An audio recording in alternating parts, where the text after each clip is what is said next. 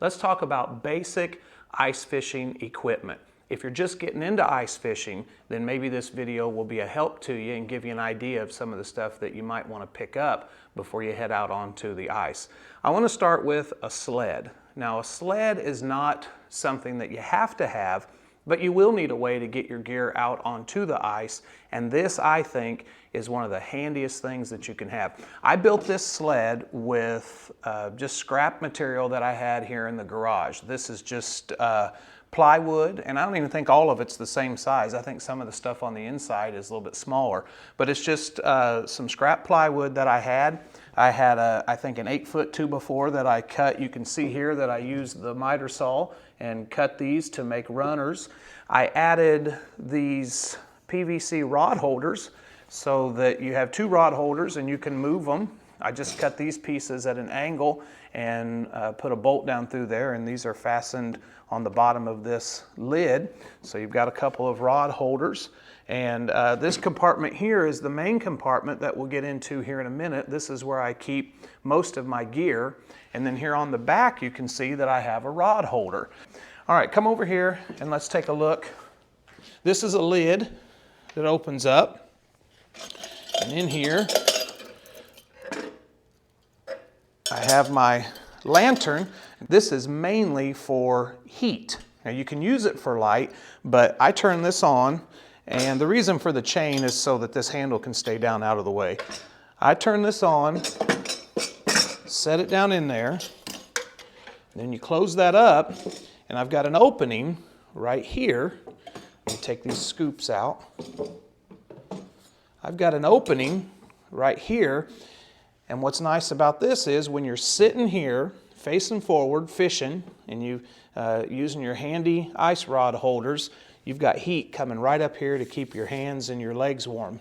These are just basic cheap ice scoops. Now what I like to do is I like to put some measurements on there, and this is 1 inch from the top of this scoop, so that whenever I dig a hole, I can put this under there and put it on the bottom of the ice, and it'll let me know how thick the ice is.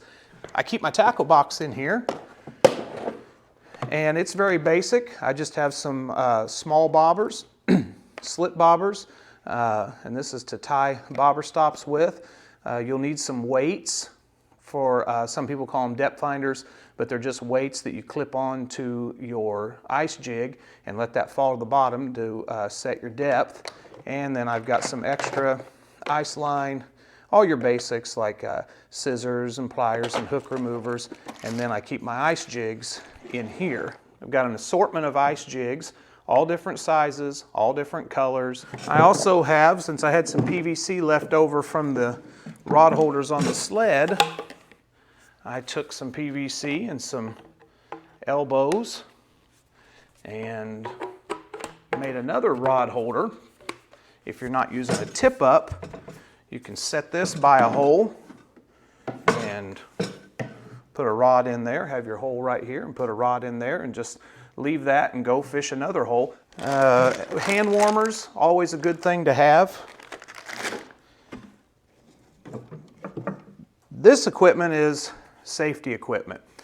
It's a good idea to have some type, no matter how sure-footed you are, no matter how good your boots are, it's always good to have some type of ice grips or ice cleats that go on the bottom of your shoes or your boots.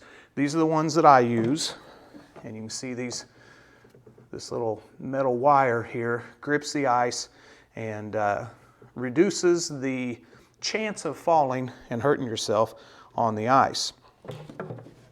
Always have some type of throw rope with you in case somebody goes through the ice and you need to help them get out. Now mine is I took 2 long ropes and tied them together to give me an extra long rope. And what I did was, I'm not going to unwrap this, I'm just going to show it to you right here. I took an old handle off of an old spade and just cut it flush and tied it to the end of the rope for 2 reasons. One, this adds weight so that if I have to throw it out to somebody, I can get it out there a lot easier than just trying to throw the rope. and the person that's in the water can grab onto this and get a good hold while we pull them out. We thank the Lord that we have never had to use this, and we hope that we will never have to use it, but you always want to have good rope with you.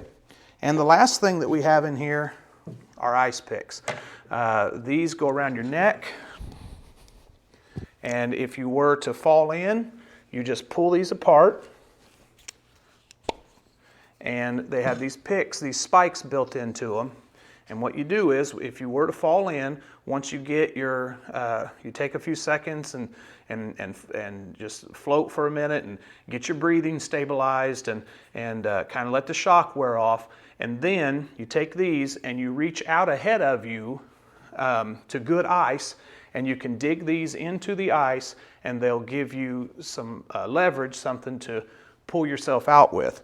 All right, I'll put my stuff back in a minute. Let me close this up, and let's talk about rods real quick. These are the old kind. This is what I learned to ice fish with. It's just a wooden handle, and it has this little bracket that snaps on there and holds your line. And they're not very long. And as a matter of fact, when I got this one, the rod was broken, so I had to take it out and replace the rod in it. And then what I did, because I like this style, was I made some of my own completely from scratch.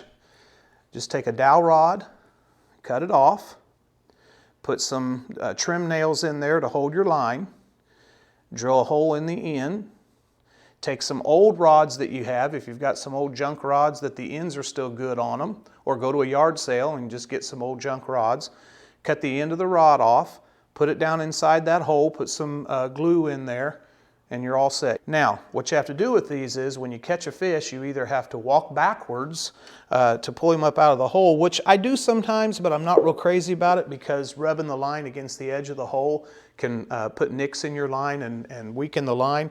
What I normally do is hook them, and then I'll grab the line and stick the rod in my pocket real quick, or just throw it on the ice, and then hand line them. Just pull them in hand over fist. And I think that's a lot more fun. I think that's more fun than reeling with one of these little ones. One more thing that I want to show you. When you go fishing, you got to get through the ice, don't you? You're going to need an auger of some sort. Now this is just a regular, basic Mora. Is this a Mora? See, this is Eskimo. Eskimo hand auger. Again, this is what guys used for years. Now some people like to use a spud bar, which I don't have, but let me show you something that I found out. Don't want that to go anywhere. Something that I found out can work a lot like a spud bar, an old tire iron.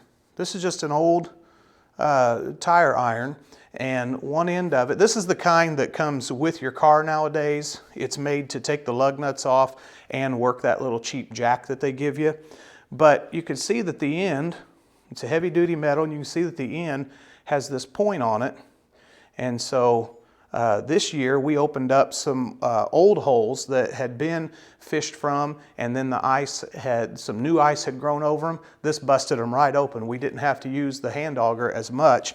And I'll tell you what else was handy about this was, if you have a hole that has already been fished out of and you just need to break the new ice, you can just use this end here and chop it like you're using a hatchet or something. So if you're just starting to get into ice fishing, I hope maybe something here was a help to you, and maybe you can use some of these ideas, maybe make you a sled or make you some homemade rods. But don't worry about how fancy the equipment is or is not. It's like my boys and I always say, if you're catching fish, if you're having fun, then you're doing it right.